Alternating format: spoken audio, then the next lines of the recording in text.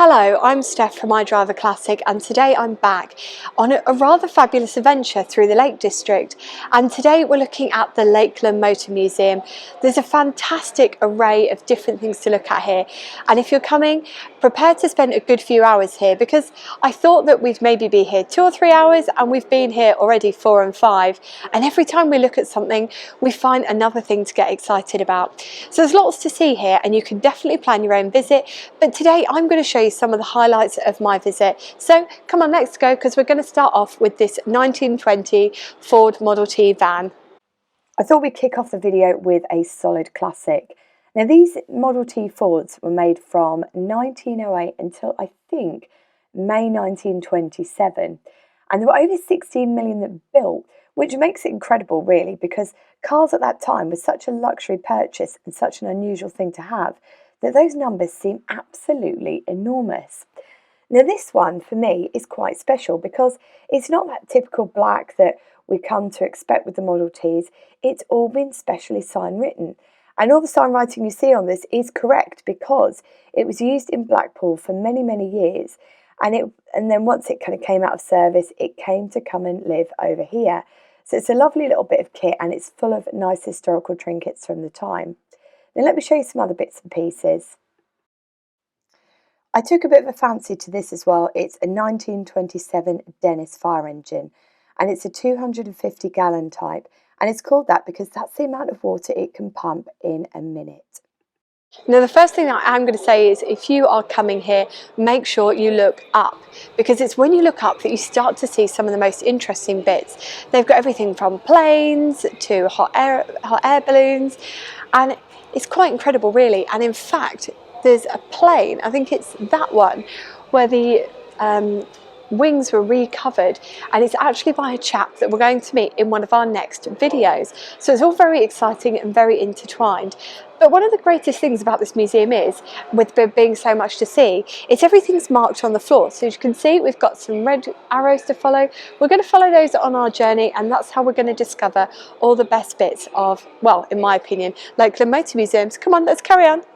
Now, I've positively raced around because one of my highlights is these shop windows, which are full of merchandise that would have been available at the point in time that the shop window is set in. So this window here is 60s, 70s, but let's go and look at those in a little bit more detail. Now, there's a reason that I love these windows, and that's because outside of classic cars, my special interest is vintage fashion. Absolutely love it, do all sorts with it, and I'm a big collector. So when I look through these windows, I look through with quite a critical eye, because quite often you see people put these windows together and they often get it very wrong. But the lovely thing about this is it's all period correct clothing, none of it's repro, and it's all been laid out correctly for the era. So you get shops like this, and then you get shops like Pop the Weasel that are a little bit more modern. Now, as you can see in here, you've got a selection of toweling, crimpline, terraline, fabrics that are very of the era and quite frankly look like something I've got at home, combined with little trinkets and bits and pieces. A small bit to the museum, but I love it, and I think it's been thoughtfully put together. And there's even a toy shop, and people of a certain era will probably remember toy shops looking just like this. My next pick for favourites of the museum is this fantastic 1930s Dodgem car. So I'll show you around it and we'll talk a little bit about it. Now, even though it's tucked to one side, this caught my eye. It's a 1930s Dodgem car.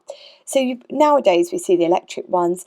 Well, this is from the 1930s, and it's designed to look like an early MG race car. They were only used for 30 years and got taken out of service in the 1960s, and it was restored in the 1990s by the museum. Now, if you're wondering what it's powered by a Stuart Turner marine type single cylinder engine with a top speed of only 5 miles per hour. Now, as you come down, if you thought there was a lot that we'd seen already, you haven't seen anything yet, because again, from the floor up to the ceiling, there's stuff to look at everywhere you go, and I think there are over 30,000 things in this museum to look at. So every time we've walked around, we've seen something different, including an AA ashtray. I mean, everywhere you look, there's something different inside. So it's very difficult to pick your favourite things. Now, the next thing I'm going to show you is this fantastic 1959 scooter car. So can you see it? It's this Messerschmitt. That's the next thing that we're going to have a look at. What do you do when your other half says, the Jag is too difficult to park and I need something smaller? Well, you create the scooter car, of course, which is how we've got this vehicle. So the scooter car was a British three-wheel microcar launched in 1957, and this example, a Mark I, is from 1959. They were made by the Hunslet Engine Company in Leeds. Now, if you've heard of the Hunslet Engine Company, they've done a lot of manufacture of things like railway locomotive designs, and they essentially just created this car for his wife. It has a top speed of 50 miles per hour, and it's sold for £275. You've probably already spotted my next choice if you're eagle-eyed. But also, can we just talk about the fact that these shop fronts continue as we come down here as well? It's so well planned out as a museum. But come on, because I want to show you the next thing that I really liked. So many people ask me, Steph, if there's one car that you can test that you just cannot get hold of, what is it? And for me, it's the Amphicar. I absolutely love them. They are cool as a cucumber, and everyone knows what they are, which is kind of bizarre considering less than 4,000 were ever made. They're very 1960s. They were made from 61 through to 68, and they were all built in Germany. This one's one of the later cars because it's a 1966 car, and it's been finished off in regatta red. Now, of those, I think they made 3,800-ish of the Amphicars, and just over 3,000 were imported into the US. So if you're an American, you've seen one, and you know that a very famous president once had one, don't be surprised because you accounted for 90% of total sales. However, it's powered by something British because it's powered by the Triumph Herald engine, and it gives an output of 43 horsepower, and on water it gives you 7 miles per hour, but on land it's a little bit more like that Herald, and it gives you a maximum of 70. It really is the sports car that swims. Now, I know we've only just looked at the scooter car and I was getting very excited over that. And nowadays it is the cars which are slightly unusual and I haven't really seen before that get me going. Now this is a 1965 Peel Trident. I have never seen one in real life before, and I doubt that you have either, because only 80 of these cars were ever made, even though they were made for 2 years.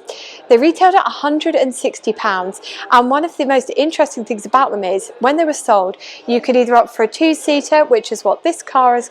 Is it a car?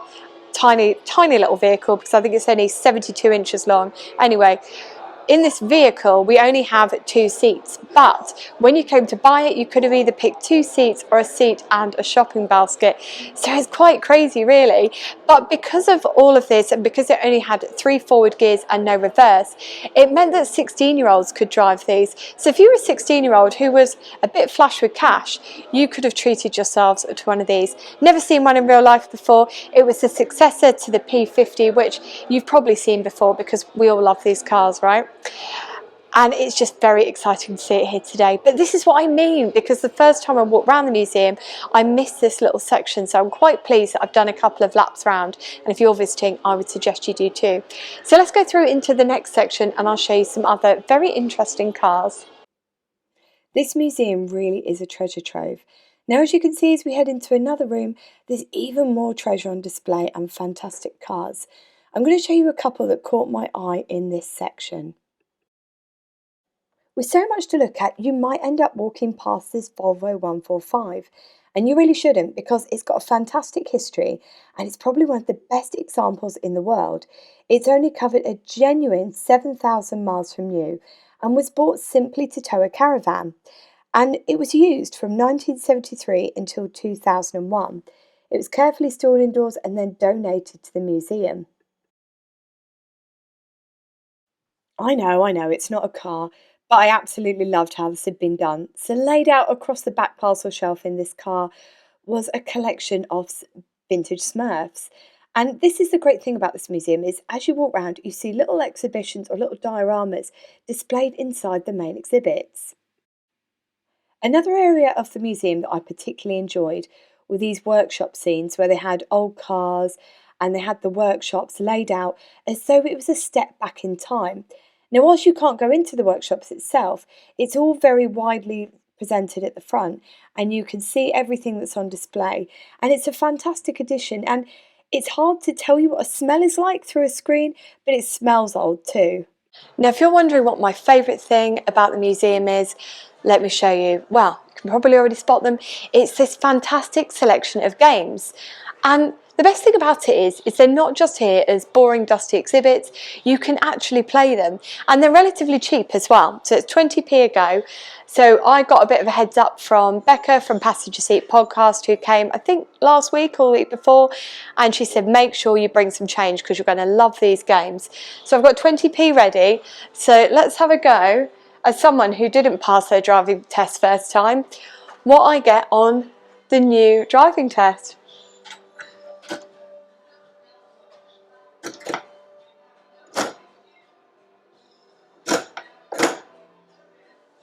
Have I failed that? Have I failed? I'll tell you what, it won't be the first driving test I've failed, and it certainly probably won't be the last, it seems. Hi, I'm Chris from the Lakeland Motor Museum. Steph thought you might like to see inside one of these machines that you might not normally see if you're just visiting. So what happens is you take your 20 pence, you drop it in the slot on the top, and it lands in here and sits on this little weighted thing here.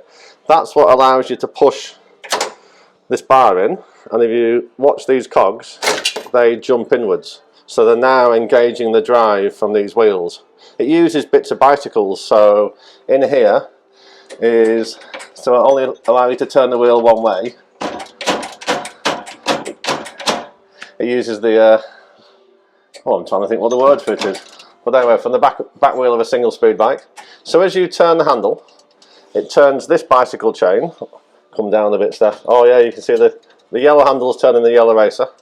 So it turns this bicycle chain, which turns this, and it pulls this string. So can you see the racer at the top's moving forward and backwards? And it keeps wrapping the string round whilst lifting this weight. So there's nothing mechanical, it's just mechanical, there's no electronics in it. Keeps lifting the weight. And then when you get to the end, it pushes a release bar and hopefully lights the light. So that when the light comes on, that's the only bit of electrics in it, and the light bulb. And then as you get to the end, gravity takes it all the way back to the start, ready for the next person to have a race. Now I know what you're thinking, Steph, is that actually a Corsa B in a museum? Yes, it is. And I love the fact that it's here. So what I'm going to do is I'm going to show you around it. But first of all, I'm going to tell you why I love the fact that it's here. Number one, it's a Corsa B and you just don't see them anymore. And number two is because it's the sign of a really good museum that moves with the times. A lot of them become stagnated in a point and they say, oh, those are the glory years and that's all we're covering. But I really like the fact that Lakeland Motor Museum are moving themselves forward with things like this. And besides, when it went into the museum, it became one of the most famous Corsa Bs in the country. So I'm going to give you a little tour around. I'm going to tell you a little bit more about it. It makes me feel positively ancient that this car is from 1995, and yet to me it still feels positively modern. And it's no surprise really, because it's a one owner from new car, it's only covered 33,000 miles, and incredibly for a car which fitted into that budget space, it has never failed an MOT, and quite brilliantly, it's been provided to the museum with all the MOT certificates, all the tax discs, and all the service history as well. Now this is a GLS 1.4i model. There were only around 4,300 of those made and 200 survive, with over 70 on the road in late 2020. Incredible that this is here really. Now I was chuckling away at the Corsa B and thinking, oh, I love a Corsa B. And Chris came into shot and he said, how's it going for you? What are you thinking about the museum? Are you enjoying it? And I said, do you know what? This has been one of my best days out of this year because I've had such a good time. There's so much to look at. It's a really relaxed atmosphere. There's a lot of people here, but it doesn't feel cramped. And best of all, the information cards, and I don't know if you spotted those as we've been walking around, but they are really good and rich with decent information on every single exhibit in this museum, which with tens of thousands of things in here is a hard task. So whether it's been spark plugs, what we saw at the top, and bear in mind that for an adult maybe that information's a bit too simple, but for a child it tells them what a spark plug does, and that's a really good way to boost knowledge and build enthusiasm, right through to some of the more interesting and unusual cars in here. There's a wealth of correct and decent information in each of those cars. Now, I know that we saw Chris when we went upstairs and we played those games, but I wanted to get him to talk a little bit about the museum, because I think he's worked here for about 20 years, and I wanted to find out from him, what does he love about working here? Why does he recommend it, as someone who's, well, almost a staple to the museum as one of the exhibitions. So Chris, tell us a bit more about it. Hi, it's Chris again. I've actually worked here for 29 years. Started when I was 16. I got £2.50 an hour for polishing the cars, which is why I always tell people I've got strong arms. So the museum was at Hoker Hall. It was founded there in 1978. It moved here 12 years ago. We're open every day of the year except Christmas Day. Got lovely underfloor heating now. And we welcome tens of thousands of people a year, and we like to chat. So if I'm in the museum, ask me a question. I've moved everything, I've put everything up. I tend to try and know all about the different things around us. So ask me a question if you see me. For instance, I'm going to make you pan. That shell sign was made by Glasden. Glasden was the founder of the museum's company. He made things out of glass. His name was Don Glasden. So he collected a lot of these items, made the collection, put it in Hoker Hall in the old Shire Horse stables, and then our new owners purchased it from him, bought this site from him, built these new buildings and brought it here. So we've got roller skates, we've got bicycles, we've got petrol pumps. I love the petrol globes. They all light up in the afternoon when the sun's not on them. They're in, because I'm really boring, they're in chronological order like the whole museum. So as you walk along, the branding changes, and I've used our magazine collection to date the petrol globes. And yeah, we've just, well, there's 250 enamel signs, there's about 20 petrol pumps. But we had a nice lady in the other day, tagged us on Instagram. She just loved all the like the hand sign writing, all the painting on the side of the cars, and all the different font things. So yeah, there's something for everybody. Now we're going to do a very quick whistle-stop tour around the Campbell Legend exhibition. And it's been so hard to pick what to show you today because I filmed so much that I could have been here for hours showing you absolutely everything. But if I show you everything, then what surprises have you got when you come to the museum? You need to add this to your must-see list for either later this year or next year, because I believe that the museum is open every single day of the year, excluding Christmas Day. It has a fantastically well put together, dedicated team who've put their heart and soul into the museum. You have pieces here that you won't see anywhere else. And for me, this is one of the most fantastically varied lineups of pieces, cars, things, trinkets that anyone could hope to see at a museum. It's been incredible, and if you fancy seeing it too, everything is in the description box below. But I guess now from me, it's time for the final sign-off. We are ending our trip to Lakeland in our favourite bit of the museum, which is the gaming area. We have had such good fun here today. We have been here all day and we haven't run out of things to look at, to do, to see. It's been a brilliant day out. And best of all, there was a cafe on site which does amazing food. We had these 2 brilliant cakes. Oh, it was just such a good day because the weather outside has been absolutely hopeless. So we've not been able to do any of the outdoor stuff that we wanted to do. So instead we've done the museum today and it has been a brilliant day out. All the details for the museum are in the description box below. But if you've already visited and you've picked out your favourite bits and pieces, tell me about them in the comments section below. Now that's it from me today. It's been really good fun showing you all this, but this isn't where the fun stops because the museum have lent me not only one, but 2 different cars.